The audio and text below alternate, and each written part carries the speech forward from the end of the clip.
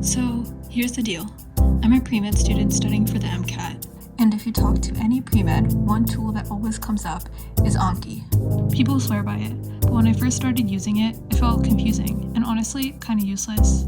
Too many decks, too many rules, and way too much pressure to use it the right way. Over time, I realized the problem wasn't Anki, it was how I was using it. So in this video, I wanted to show how I actually use Anki during MCAT prep. No tutorials, no settings, no perfect system. Just what Anki is actually good for, how I use it day to day, and why changing my approach helped me build an understanding instead of just memorizing facts.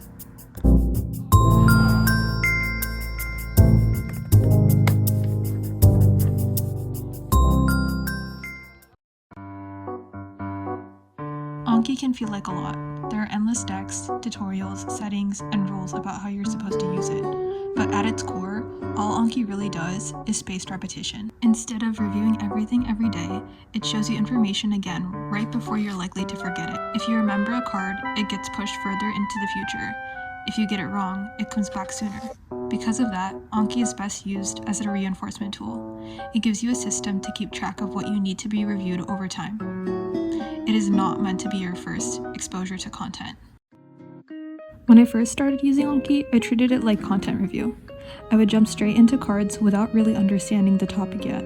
I thought more cards meant I was studying effectively. What ended up happening was that Anki became exhausting. Even 100 cards felt overwhelming because I was trying to learn concepts for the first time through flashcards. I wasn't building intuition, I was just recognizing answers. Now, I only use Anki for concepts I've already studied. For every content review topic, I do my learning outside of Anki first. I make a one-page summary where I break down all the key concepts related to that topic and how they connect. These are my mind maps. They're very visual, and the goal is that if I skim the page, I can see the entire topic at once. When I do Anki, I don't have my mind maps open. I just work through the deck and try to answer based on my current understanding. If I get a card wrong, that's when I slow down. I take a separate piece of paper and write down 3 things. What I thought, why that thinking was wrong, and what the concept actually means. Then I check my mind map. If that concept isn't already there, I add it. My mind maps help me form deep understanding and develop connections between different topics. Anki helps me imprint those concepts into my brain. The goal isn't to never forget anything. With spaced repetition, forgetting is part of the process. What matters is that concepts come back over longer and longer intervals, so they move into long-term memory. Over time, this builds intuition. Instead of memorizing isolated facts, you start recognizing patterns across topics. That's what the MCAT actually tests. After changing how I used Anki, my studying became much more manageable. I can now review over 400 cards a day. Before that, even 100 felt impossible.